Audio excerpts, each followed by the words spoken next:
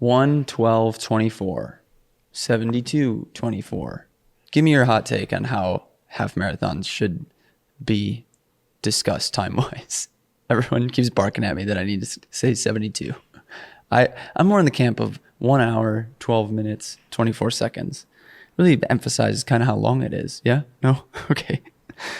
This is like one of the best races of my life, hands down. If you saw the race video, broke it down pretty good there, but gonna go really in depth here like I do for most peakish or peak races that I do. This wasn't technically a peak race. I was not building for this race.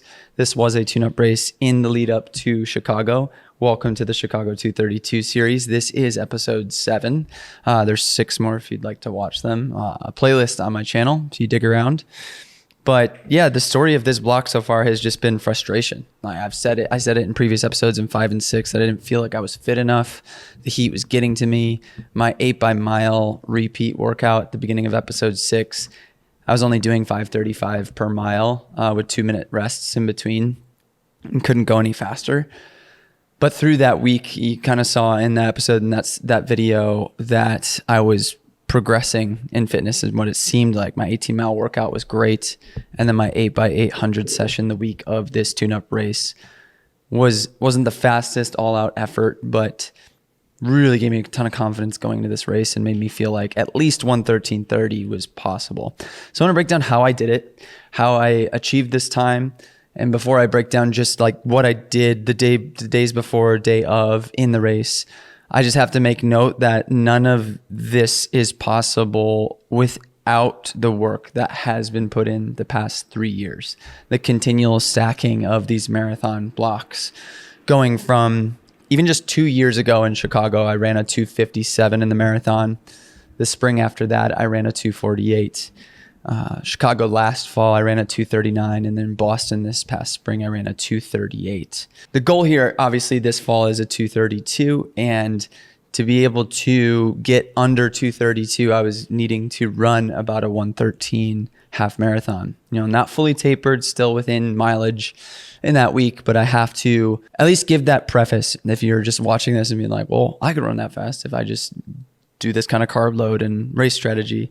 Now it's years of work to get to these kinds of times. And I did not think that this was possible for me, just straight up. Like I never imagined myself being anywhere within striking distance of a 2:30 marathon, yet here we are right now.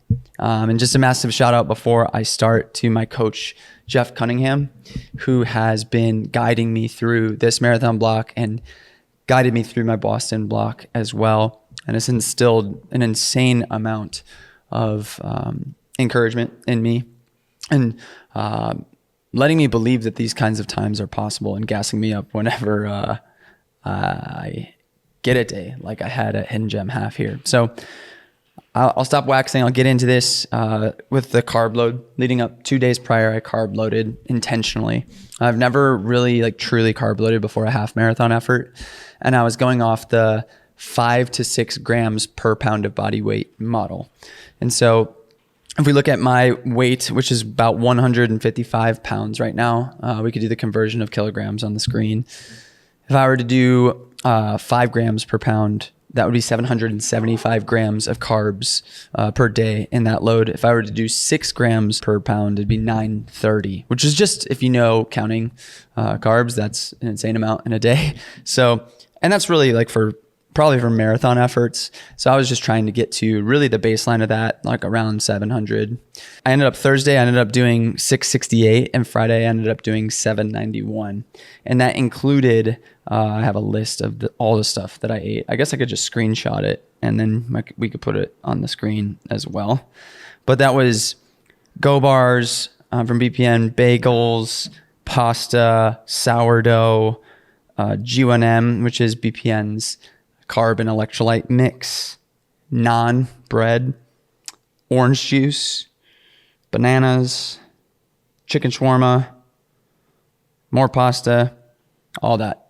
And really the story here was the orange juice. I just recently looked at the nutrition facts on our organic orange juice from Costco, and I went, whoa, there's no added sugar in this. And it is 24 grams of carbs per serving, and there's 7 servings in the whole thing. And so, yeah, that was a pretty wild realization, because I was like, whoa, if I just chug this thing the whole day, I'm going to get 150 to like 180 grams of carbs, which is insane. So I felt like that was a hack. I thought it might tear up my mouth, but it didn't. It did make me insanely gassy though. So there's that. But yeah, I mean, like I was still able to go to the restroom fine. Didn't cause diarrhea or anything like that, which was, I don't know. I kind of want to test it out on some longer runs leading up to Chicago with orange juice and apple juice, just to see if I can use that as a supplement. Instead of, like if everyone tells you like you need to buy Morton mix, like 120, 320 Morton, which is really expensive. I'm like, well, you could also just do like organic juice too. Like that's a ton of carbs. To get liquid carbs is so much easier than having to just slam a dozen bagels in 2 days. So morning of the race, it was a 4 a.m. wake up for me, went straight to the shower. And then Cyrus came over by 4:30 to film all of this stuff, where I had coffee. I had a bagel with strawberry jam and a Go bar. And I believe I finished the bagel and the Go bar in the car on the way to the race, which was about a 35-minute drive. And then I did 2 scoops of G1M Sport in about 20 ounces of water and sipped on that through the breakfast, and then sipped on it on the car. Didn't finish it before the warm-up, but was trying to just get that down throughout the morning as well. Went to the bathroom before I left, number 2, got in the car and did our drive, and yeah, continued to sip on G1M. Once we got to Flossmoor, picked up my bib, which is really nice. They have bib pickup the morning of, and got into my warm-up. So before the warm-up, I believe I took my first Go Gel, the mango Go Gel, which I am absolutely obsessed with. So easy to down. I really struggle with nausea on race day just because of nerves, and this doesn't make me nauseous at all. Whereas in years past, different gels kind of would make me feel gaggy, like pre-race, especially with consistency, with them being thicker. The viscosity is really thin. It almost feels like a drink. So that was amazing to experience pre-race for the first time. And then I jumped into 3 miles of warm up. So Jeff wanted me to basically treat this race as a really intense workout with a 3 mile warm up in the beginning, pre-race, race the half marathon, and then a 3 mile cool down at the end to get 19 miles total on the day. I buddied up with my new friend, Carl. We did we shared some miles together, and I packed my 3 other Go Gels in my half tights, and I was wearing, I think I'm allowed to say this. I'm pretty sure it's public information. Path Projects gave me their prototype half tights, which is really sick, and I loved them. And shout out Floris. That was great. Hit the porta potty pre warm up, which was a number 2. Did the warm up and then hit the porta potty 10 minutes pre-race, and that was number 1.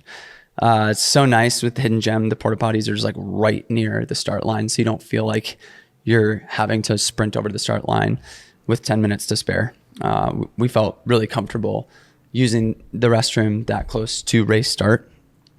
And the vibes were just insane. It's the 5th year of Hidden Gem. It's such a fun course. Flossmoor is such an adorable little town. And the energy was fantastic. And it was fast. There were fast people there. With my time of 1:12, I placed 28th, I believe.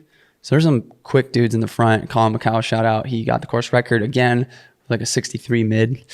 Oh, there I go. 1 hour, 3 minute, something seconds. Yeah, I got to meet him after the race. It was really cool.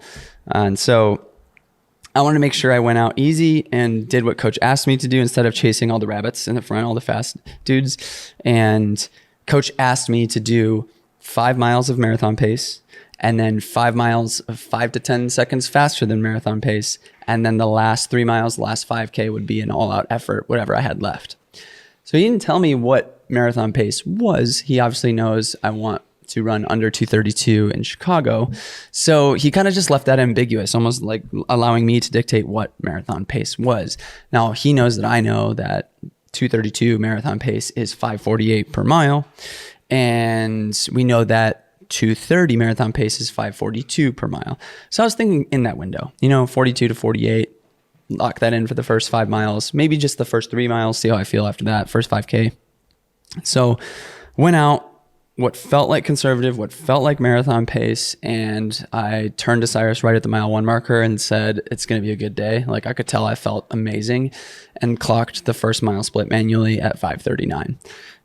And then I said, sorry, Jeff, because I was probably supposed to go 5:45 to 5:50. But it just felt so easy. And I know that can be the Achilles heel for so many people, that it could be the straw that breaks the camel's back, that you go out too fast. You feel like it's too easy at the beginning, especially on a cool day like this. It was 50 degrees at race start. And yeah, but I just felt so good. And unfortunately, in that scenario, I was just kind of stranded in between two groups for the first 5 miles of the race. So I was just running this pace solo for the first 3 miles, at least, around this 5:40 pace. So if I go to my Coros training hub and look at the stats of the mile splits, all these splits on the left are manually split, because I like turning off my auto lap, just because mile markers on the course aren't the same as what the watch is going to calculate. They're just going to be off no matter where you are. So I like just doing it manually, having that control, checking each split at each mile mark. It's just something I've always done. And in this course, the mile 5 is long, and it was long last year, I remember. So I knew that it shouldn't mess with me, because I split a 5:45 that mile, even though I was on 5:31 pace at that point. So stranded, just kind of doing my own thing, still feeling great, running right around that 5:40 pace. 5:39 the first split, 5:38, 5:43 in those areas. And there might be discrepancies on the race video too, so I'm sorry if it's close enough.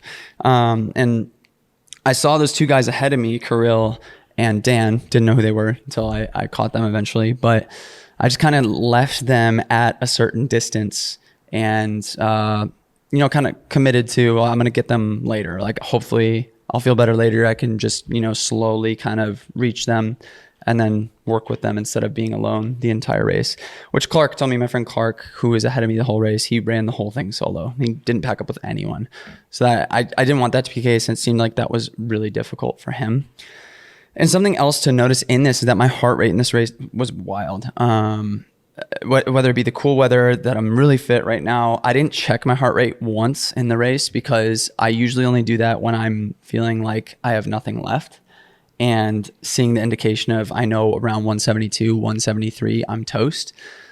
And just to emphasize this again, I've said it before, heart rate is relative when you monitor it. When you have something accurate like the Coros heart rate monitor or a chest monitor, you have to relate it to yourself. You have to know what your max heart rate is and what your zones are relatively. I know for me, Coros, in the Coros system, my max heart rate is 190 according to the training hub.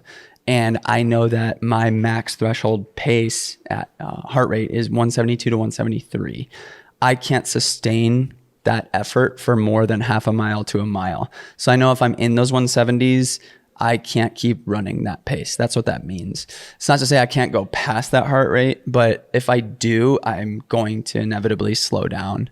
And that's good to know that in training. I know that about myself. But this entire race, I was camping in the low 160s to up to mid and high 160s at the end. So that's a really good indicator that this was not a full out effort. Or maybe just because the cool weather, it still was. The last 5K definitely was, and I'll get into that. But yeah, just super interesting insights there, and definitely a confidence builder for me, knowing there's probably more there, because I felt that way. I felt like I raced the first 5 miles of this race conservatively, and had I been like pushing the needle earlier, who knows if I would have fallen apart later.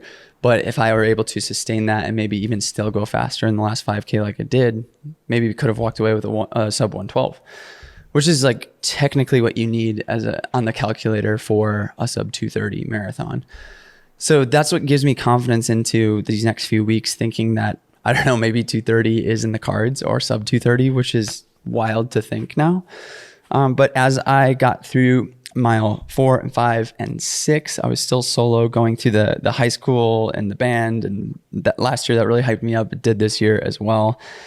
And I was able to pick off the first person in the race, and just past him was Kirill and Dan working together. And so I used that as motivation to pass this guy, and then work up to Kirill and Dan and run a 5:30 mile at mile 6 to get them I think at that point they were running 5:35 pace. That's where we exchanged names, and Krill was like, "Oh yeah, we shared 10 miles in Boston together." And then I remember him from a social post that we shared those miles because I think we shared the same singlet. To them, I go, "Okay, are we trying to go 5:30s here?" And he was like, "Yeah, 5:30 to 5:35," and that felt like the first indicator of, "Oh, I don't know, I might want to go a bit faster than what they're doing." So it was kind of like, all right, let's push this. Let's try 5:30 then. And let's just go. And so we started dropping 5:30s.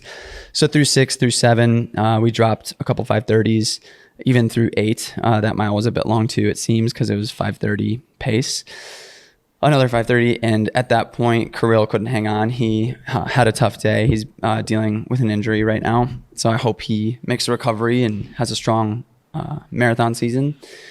But Dan and I just started duking it out between 8 and the rest of the race. We just kept slingshotting each other. Like I would take the lead around this roundabout and this little uphill, just rotating the legs. And something to note in this race was that there was really strong headwinds at points. Even Colin post-race was like, "Wow, you PR'd on a day like today, like with that kind of wind." And I didn't think anything of it because whenever we got that tailwind, whenever it was on our back, I would just step on the gas. And Dan just kept matching those efforts. Like I would push the pace, and then I would find him coming up behind me and then taking the lead. And then I would ride his heels for a while, and then I would overtake him, and we would just keep doing that nonstop. It felt like he finally took command around mile 10, where then we started dropping like 5:28s, 5:26, and clearly was 3 to 4 seconds faster than that 5:30 mark, and we were cruising. It was just fun. It was hard, but it was fun. And this is the point where I didn't think, like, if I was alone at this point, I don't know if I would have been confident enough to run 5:25, 5:26 a mile. But because he was with me and I felt like I could keep the effort going with someone like that and I could just ride his heels, I did it. And so I just kept maintaining it, and I just kept telling myself, like, if you just maintain this is the fastest you've ever run. You will absolutely PR by a long shot. So just hang on, just keep going. And so that's what I kept telling myself, just keep hanging on to Dan. I don't really think there were any other times the rest of the race where I was ahead of him at all. It was mostly just kind of chasing him from that point. So we're lowering our times, and these 3 guys just come flying past us, and like between mile 10 and 11. And I swear they're like running 5 flat mile pace, like 3K. 3 minute per K pace. And I'm like, well, we're already negative splitting. There's no way we're catching them. And Dan decided to go with this dude in the pink singlet. And I'm like, oh my goodness, I can't. And so I go with them as well, and we kind of latch onto him. And pretty quickly, Dan was like, all right. I could tell he was like, okay, I can't hang with him. So I'm like, oh, thank God. So we kind of let up, but that encouraged us to then go even faster.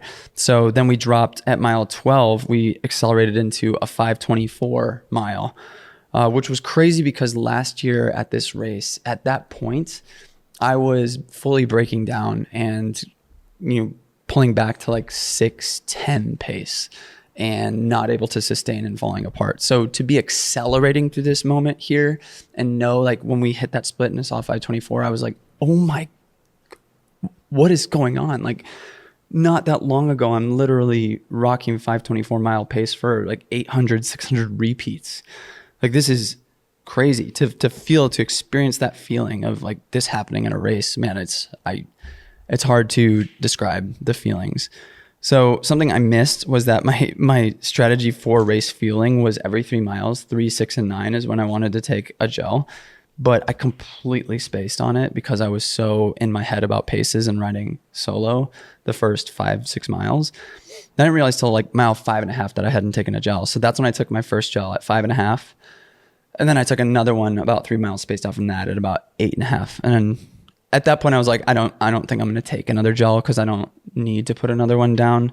And so I just did 2, which honestly didn't feel bad. I was obviously so carb loaded, and I mean, it worked, right? Like, that's the best I think I've ever felt in a race. And I'm going to be carb loading even heavier for Chicago, and I'll be testing it out for long runs the next few weeks. Highly recommend you try that. The 5 to 6 grams per pound. I believe that's like 7 to 8 grams per kilogram if you're weighing in kilograms. Absolutely nuts. And then something else to notice too, in the race, when we crossed the 10K mark, we already in the first 10K, I hit my new 10K PR. In Brooklyn, I knew it was close, around 35 mid, but we went through like 34:40 on the first 10K. And that was just crazy to me with how good I felt that early in the race. So yeah, I just kept battling Dan and hanging on his heels. And I did so all the way through till probably the last 800, the last 600 meters of the race, where he finally started to gap me pretty significantly. And it was just an absolute battle from that point. Like, yeah, I took the first part conservative, but our last mile, we dropped like between a 5:17 and a 5:19, which again, like I never imagined I would ever run a mile split that fast in a half marathon ever. And the fact that it was the last mile, like, again, that proved to me that the effort wasn't, steadily even split the entire time. No, is that how you should race a half marathon? Yeah, maybe. Maybe that was the perfect way for me to race it. Maybe that was my fastest time I could have run that day. But there's always going to be that thing when you negative split. There's always going to be that feeling of like, oh, did I have more? Did I have more in the first half? If I had gone for 5:25 off the rip or 5:30 off the rip, could I have still negative split and had more? But reality was those last 2 miles, I was completely emptying the tank. And the heart rate data doesn't match that from what I said earlier, but I think that's relative to 2 factors of the weather being cool, but then also conservatively starting. So not escalating as quickly. But it could be that is just my max heart rate in that environment. And so really just kind of looking at high 160s to low 170s is where I need to be careful with the marathon. If I find myself in that zone in the race, that I should probably back off in later miles if I see that. And I might use that as an indicator.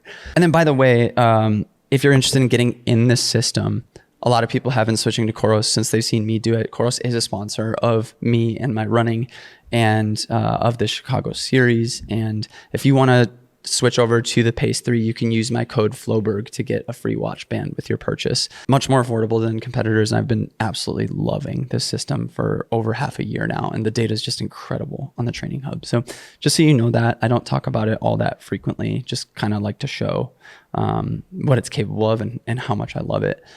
And to that point too, like if I go to my dashboard here, this race predictor has been laser accurate since I've gotten this system, and it's putting me at a 1:12:10 half now, but it's putting me at a 2:28:26 marathon at this moment, about 1 month out from Chicago, which is insanely encouraging. I'm always looking at this thing and being like, I don't know if I'm capable of that. And yet I said it had my half marathon at a 1:12 mid before that race, and then I ran it. And so I don't know. The marathon's a different beast, and like who the heck knows what'll happen, but it's definitely making me feel like I want to be more aggressive for sure.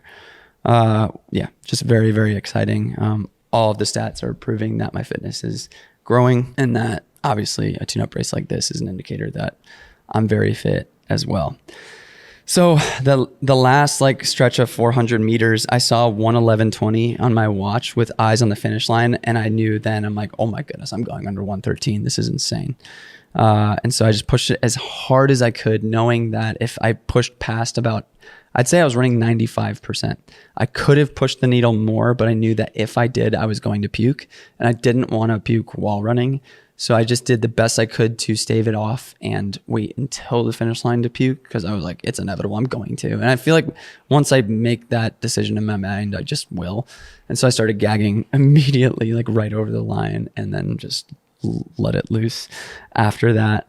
But felt really proud of that effort. I peeled off to the right, heaved a bunch of times, and Clark was there, and he like had his hand on my back. He's like, great job, encouraging me. And this whole family's like freaking out because I'm puking right in front of them. And then a volunteer comes over and she's like, is he okay? And Clark's just telling all of them, he's like, he's totally good. This is what he does all the time. No need to worry. He's totally fine. Like, you don't need to get paramedics. So that was really helpful while I was like dying, to have a friend there be like, he's good. So thank you, Clark. Thanks for doing that. And Clark had such a day. He went 1:11:20 something. And yeah, of course he did. He's just an animal. So excited to see him race Indy. But I dapped up Dan, who I raced with. We exchanged some words. He said it was really great working with you. Like, we worked really well together. He's just so unassuming, and I didn't get his social or anything. So Dan, if you're out there, would love to connect with you. Thank you so much for working with me in that race. It was incredible to have someone like that, to get this time. Found friends old and new, and, just finish line vibes. It was incredible, and celebrated with the family. They all came out. Everyone in the race video was like, wow, your family really loves you, to be able to kiss you right after you puked. So shout out to them. Met some new friends. It was the best day. I went on Life in Stride podcast, my buddies, and said it felt like one of the best days of my life. Not just because I got a PR. It was a gorgeous day. I was with my family, and then we went to a wedding as a family and just had a whole day together. And so grabbed some chocolate milk, got some for the boys, and we're just like palling around. And I did a 3.5 mile cool down with my 2 oldest boys. They did 2 miles with me, which was amazing. I did the last mile by myself. And then, but my body felt amazing. I didn't feel destroyed at all. Even put in 5 miles the next day just to get some blood circulation going, and encourage recovery the next day, just with some movement. And post race, I had that chocolate milk, but then I also had BPN's Recover Mix and electrolytes just to replenish right away. I do that right after big efforts in the middle of the week as well. And just so you know, BPN is one of the sponsors here as well. I am a BPN athlete. So if you are interested in trying the Mango Go Gel, or what will be the brand new mixed berry caffeinated Go Gel, you could use my last name, Floberg. That'll get you 10% off anything BPN. So, G1M Sport, my carb mix, Go Gels, Recover, Go Bars, any of that stuff, you can get 10% off with my name, Floberg, as well. And that helps support the channel. So thank you so much for using that, y'all. And thank you for using it if you do. It's just a way to support all the footage, all the creation, all the edits that we do here. Thank you for that.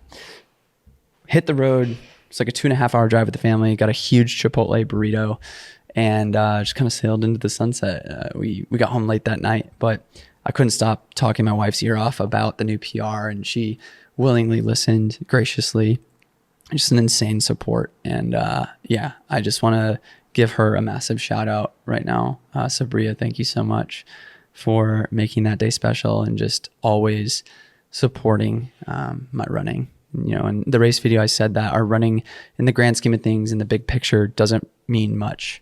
When we're talking about legacy of family and life and how short it is and things that are so much more serious than running, like our running truly doesn't mean that much. But I then said the progression of it all is something that's really beautiful, to kind of behold these events, these lines in the sand that are, these shocking moments of, I can't believe I did that. I never thought I could believe that I could do that. I never thought I could do that.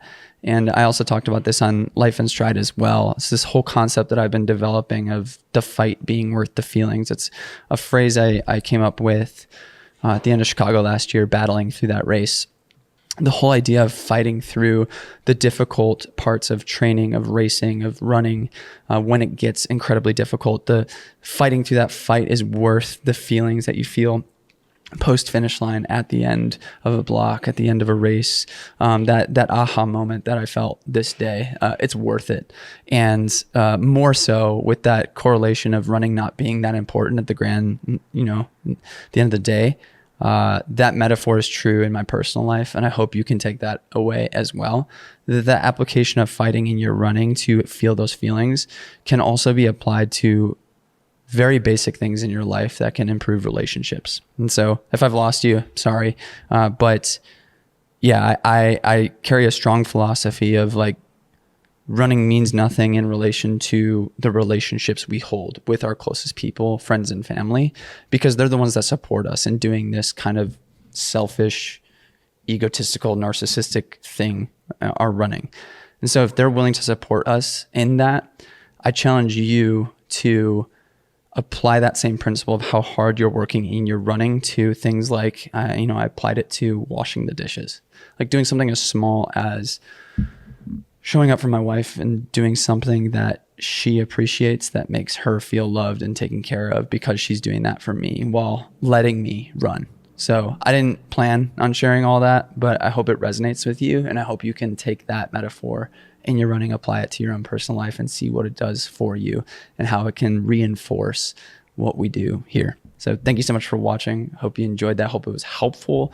Any questions you have, leave them down in the comments. I'll try to get to as many as I can. There's a bunch of links in the description of things that I use, different sponsors if you'd like to support the channel.